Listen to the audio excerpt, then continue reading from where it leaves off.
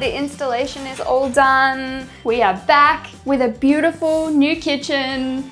Doesn't it look absolutely gorgeous? We love it. The green, the black. I love it.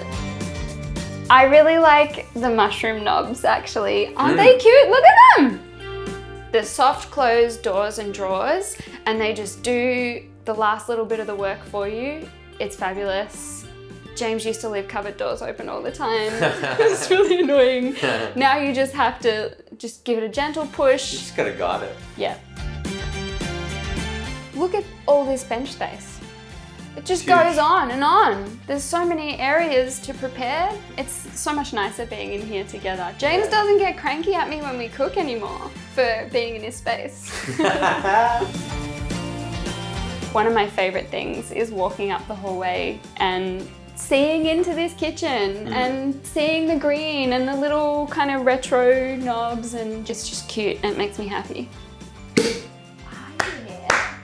Thanks for having us, Kaboodle. That is a wrap.